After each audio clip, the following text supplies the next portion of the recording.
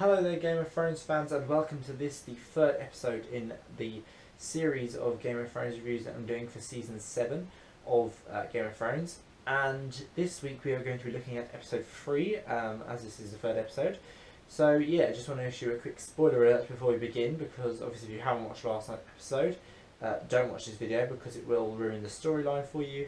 And yeah, just hope you enjoy this episode. Let's get started.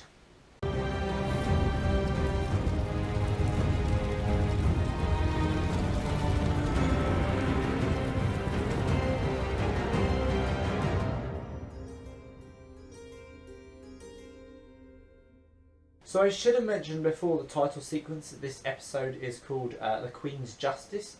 So basically what I think the title means is that obviously we saw that Cersei got her justice for Marcella's death by killing Tyene Sand, which we'll come on to a bit later on.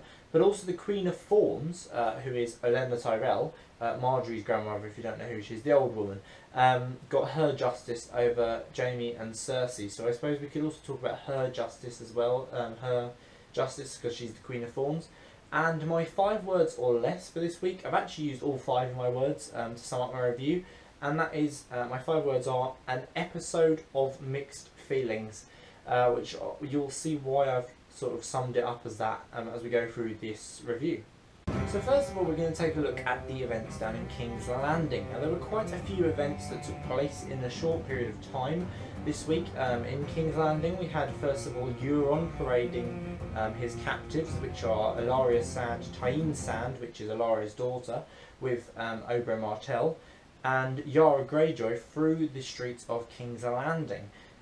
Which was a really interesting scene to see Euron lapping up the applause and the admiration of the residents of King's Landing.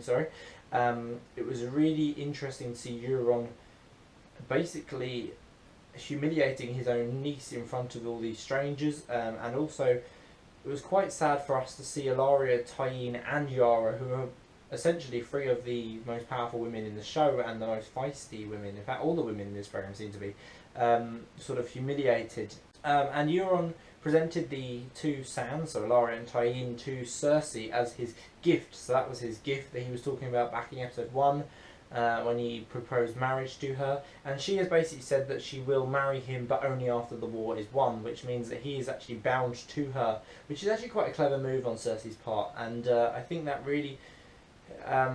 when I first watched it, I didn't really think much of that. I thought actually she's just going to get out of marriage, but actually she's planned it well so that he stays loyal to her. Now, the next scene that is really important at King's Landing was that Cersei kisses Tyene and actually poisons her in the same way that Ellaria Sand poisoned Marcella back at the end of Season 5, in Season 5 episode 10, Mother's Mercy. Now that was a really tense scene. Lena Headey in that scene was absolutely amazing. I just want to sort of take a moment out just to say how fantastic she's been in this in last night's episode, in that scene in particular, and just generally she's just a fantastic actress. And obviously she's now left Tyene to die slowly and Ellaria Sand to watch her daughter slowly rot away, which was a very harrowing scene actually. And it was really like, I thought, what's going to happen with, you know, Ellaria, is she going to get the mountain to kill her or whatever, what was going to happen. But it was, the way it panned out, I wasn't quite expecting, but I really enjoyed the way they took it. Now Cersei and Jaime also had sex, which was a bit, obviously that's not really anything new, but it almost seems now that Cersei doesn't care who knows about them two, because she actually spoke to one of her servants at the door and Jaime was in full view, which is quite an interesting sort of step forward in their relationship. And Tycho Nestoris, who Sherlock fans will recognise as Mark Gatiss, who plays Mycroft in Sherlock, he plays in this. He plays Tycho Nestoris of the Iron Bank even, and he comes to collect repayment of loans from Cersei. However, Cersei secures a fortnight to repay the debts, and that sort of obviously takes us to the ending of the episode, which is, I assume, why she wants a fortnight to repay the debts, but we'll come on to the end of the episode later on. So now we're going to look at the events that took place on Dragonstone this week. So at the beginning of the episode we saw Jon and Davos arrive on Dragonstone, who were met by Tyrion and Missandei. Now that itself was should have been quite. It was quite an interesting meeting because obviously the last time Jon and Tyrion saw each other was atop the wall, and I think episode 3 of season 1 or episode 4, something like that. So right back at the beginning of the series, really. And Daenerys and Jon's meeting was obviously quite frosty. There was a little bit of a moment where you sort of thought that Daenerys was actually going to kill Jon and behead him for being a traitor. However, Daenerys' speech that she made about being born to rule the Seven Kingdoms was really brilliant, and Emilia Clarke really acted that out. She acted it out really well, sorry. And I thought she was fantastic in that scene, just generally. Now, Melisandre revealed plans to return to Volantis. However, before she sort of left, one of her passing moments to Varys was that she predicted that her and Varys would die in Westeros. Now, obviously, that raises questions of how are they going to die? Why will she return? Will she return this season, or will she return next season? What is the reason for her return? Why is Varys going to die, essentially? What is he going to do? Is he going to betray Daenerys? Is he going to betray...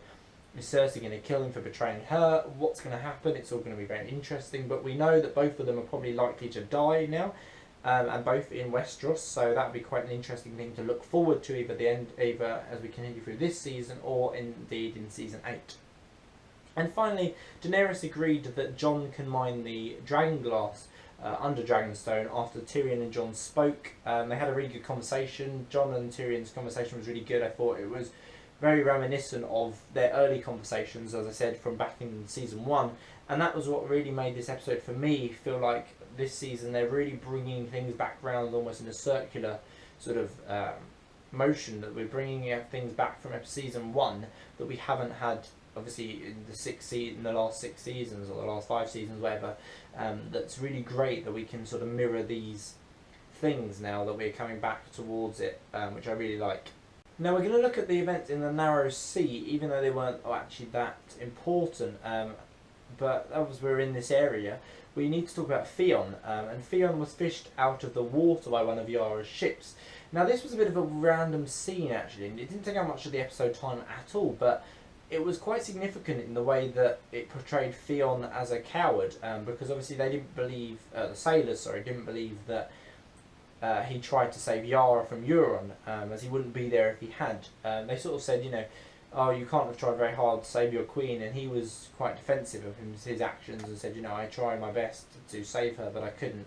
And obviously they didn't believe that he tried at all. But I think that really showed us that Theon, despite having good intentions in trying to help Yara at the end of the last episode, really his PTSD or his whatever he's got, you know, as a result of Ramsay's torture of him, has really sunk deep into his core, and he isn't able to snap out of it easily. And I think that's why Benioff and Weiss said that they wanted to examine Theon's character and how it has changed over the course of the series, really, as opposed to this season in general, as opposed to the whole series that it's panned out from season 3 onwards. So yeah, that was a really good scene actually for showing Theon's sort of alter ego, and Reek almost coming back, the subservient creature that is Reek. In the north then, at Winterfell, we had Sansa ruling, and I think she's ruling actually really well at the moment. She prepares, or she was trying to prepare rather, Winterfell for a refuge for all Northerners, which I thought was a really good plan for her to actually undertake, and she's trying to gather all the grain, or enough grain for the longest winter in written history, and more, so that people in the north have a safe place to come should the Night King and the White Walkers advance south past the wall, which I thought was a really good idea. Now, Littlefinger warned her to be prepared for every outcome in life, so as not to be unprepared for anything. I don't really know what I thought of that advice. It was slightly confusing the way it was written, but actually the general idea is quite good, I suppose, that he's telling her to be prepared for anything. So does he have something prepared? Does he have something planned personally? I don't know whether that means that he has something prepared for her, and that she should be prepared to face whatever problems that he may cause or whatever. I don't really know what that meant, but it sounded almost like a warning. So I suppose we'll have to wait and see how that pans out over the course of the next few episodes as well. And also Bran and Mira arrived at Winterfell, and Sansa obviously was very happy about seeing Bran again because it's her brother. Although Bran didn't look very happy to see Sansa, which confused me a bit, and Sansa was really confused by the fact that Bran is now the three-eyed raven. I think we were all confused by that storyline, but we'll sort of brush over that because that was last season. But she is disturbed by the fact that he knows that she married Ramsay, and the fact that he actually knew what kind of dress she was in and that she looked beautiful and things like that. So if he knows about the wedding, does he know about the torment that she faced under Ramsay as well? That he raped her and that possibly she could be pregnant with his child. I mean, it depends, I suppose, on what Bran can actually see as the three-eyed raven. But if he could see all that as well, surely it's going to be a bit of an interesting next episode. I think is going to be quite interesting if they talk to each other again about what he's seen and what she's been through. We'll just have to see, I suppose, what happens with those two characters. I'm not really sure that the reunion was done in the best way, but you know, I don't really know what you guys thought of that reunion scene. It was a little bit weak, I suppose, is the right word that I would use. So yeah, just comment below if you thought anything different, or if you agree with me, even comment. Just let me know what you guys thought. So briefly, we're going to look at the events in Old Town. Now, a lot happened here again this week. Archmaester Ebros declared Jorah is healed of Greyscale, which obviously is quite a bonus because that means he's not going to die, which means we get to save one of our characters. And I quite like Jorah Mormont. He's a pretty good character, and Ian Glenn is acting him pretty well compared with the character in the books. I think he's portrayed him really well.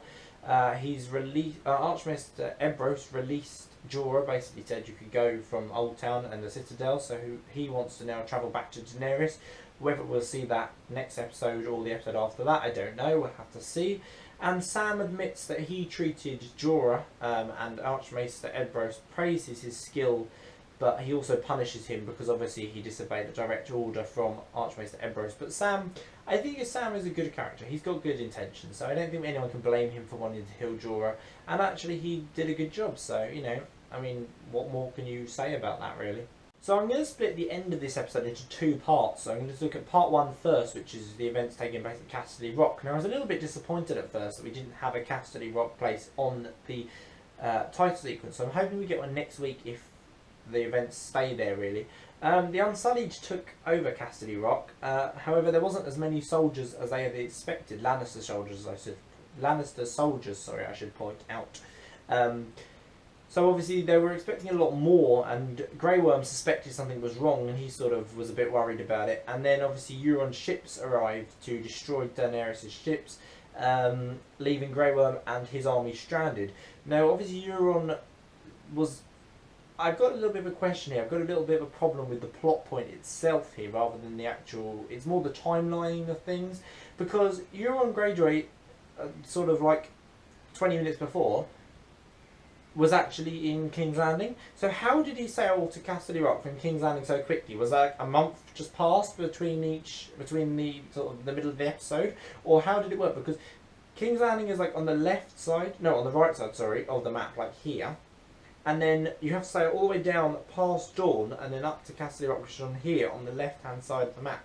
So how did he get all the way around there so quickly? I don't know. It was a bit of an annoying plot point that I found a bit weak, to be honest. And I don't know if anyone else picked up on that, but it just was a bit of a random time-lapse thing. Then the ending part 2, which was probably a bit more exciting, was Jaime, Randall, Bronn and their armies taking Highgarden and tricking Daenerys into taking a Eustace position. So obviously they've tricked Daenerys into taking Casterly Rock, which actually is a bit pointless because you can't use it for strategic sort of attacks because it's all the way over the other side of Westeros. It's literally on its own.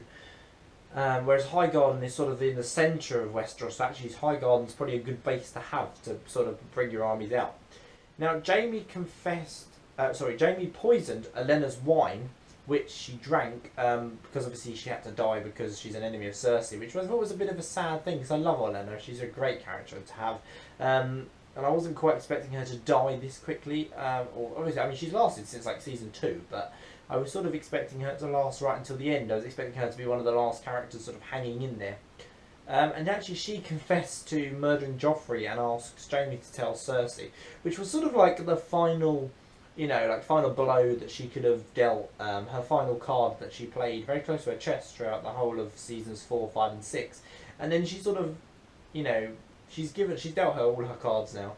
and Jamie basically left Olenna alone to die, which was quite sad actually that she was on her own. But you know, she's done everything else on her own by herself, so I suppose she wanted the dignity and death on her own as well. I was a little bit annoyed, however, that we didn't get to see the violence surrounding Highgarden and the taking of it, but that was just sort of a major...